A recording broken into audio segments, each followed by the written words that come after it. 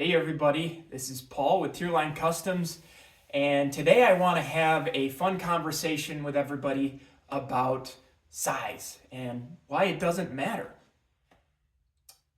So recently, in multiple different forms of model railroading media consumption, I've sort of felt like our narrative has gone a little bit too far towards encouraging small model railroads. And what I mean by that is not that we shouldn't be encouraging massive basement empires, but that we should be encouraging people to build what's within their means and just get building in general. So what kind of spurred this on was this morning I watched Boomer Diorama's most recent video, and I'm assuming everybody's seen it because everybody's subscribed to him. His most recent video on small layouts and why they're great. And Boomer, I'll be very clear here, I have a ton of respect for him. The amount of information that he has just freely given to this hobby is absolutely invaluable. There is a very high level of gratefulness from me and a level of respect from me towards Boomer. None of this is meant as an attack. But I made a comment on his video that I sort of disagreed and was kind of tired of hearing this notion that small layouts were the way to go. And perhaps I was a little bit too blunt with it, and if I was, I apologize. I just think that, we have to be careful not to go too far the other way. And Boomer very rightly pointed out that in the last 30 years, most of our model railroading media consumption has encouraged the basement empire and, said that that was the only way to model. And, and that's not right. It isn't. I completely agree with what Boomer said there. But I think that we need to be careful not to, fully discount larger layouts as well. I think that the narrative that we need to have for new people getting into the hobby should not be build big or build small. It should be build what's within your means. Build what you have money for, build what you have space for, and build what you have time for. Obviously, money can be a hugely limiting factor in this hobby as far as, not just materials, but what space you have. If you're just starting out and you can't afford a house because Lord knows the housing market is absolutely insane, you might have just a spare room, or, you might be in an apartment that's temporary.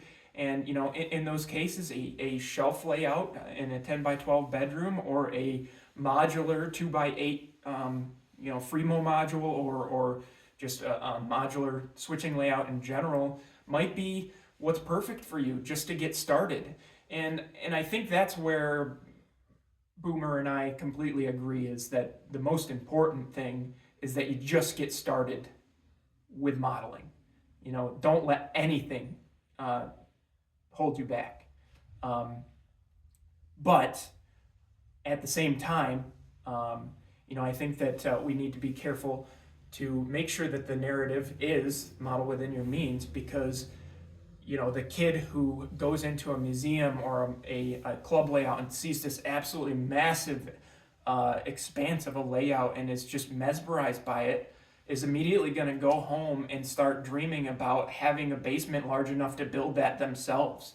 And if they were to go from that sort of inspiration to hearing somebody say, no, you have to build small, I worry that that's going to be something that discourages them just as much as the content that we've consumed for the last 30 years saying large is better has discouraged people from building small. The encouragement to build is what's most important, and doing it within your means is the best way to get people inspired in the hobby, in my opinion. So what does model within your means mean? We've already gone over sort of the money and a little bit of the space. But the three main points that I have are, model what's within your your space constraints, model what's within your money constraints, and model what's within your time constraints. Those are the three big things. So space, yeah. If you have a large basement, don't be afraid, and you have the money, don't be afraid to build a larger layout. If you're in a small bedroom or in a small apartment with a small bedroom, don't be afraid to do a shelf layout or a switching layout. That's all great. Let's not discourage one size over the other. Size, as much as it's a cliche, size doesn't matter. So that brings us to the next point, and that's financial ability. If building a large layout is going to put $15,000 on a credit card, don't do that. You're just setting yourself up for failure. The hobby, it brings a lifetime full of enjoyment, but having to have that sort of burden on your back is not fun either. You can get a switching layout or a shelf layout going for a significantly less of a cost than a larger layout, and if that's what you need to do, then do it.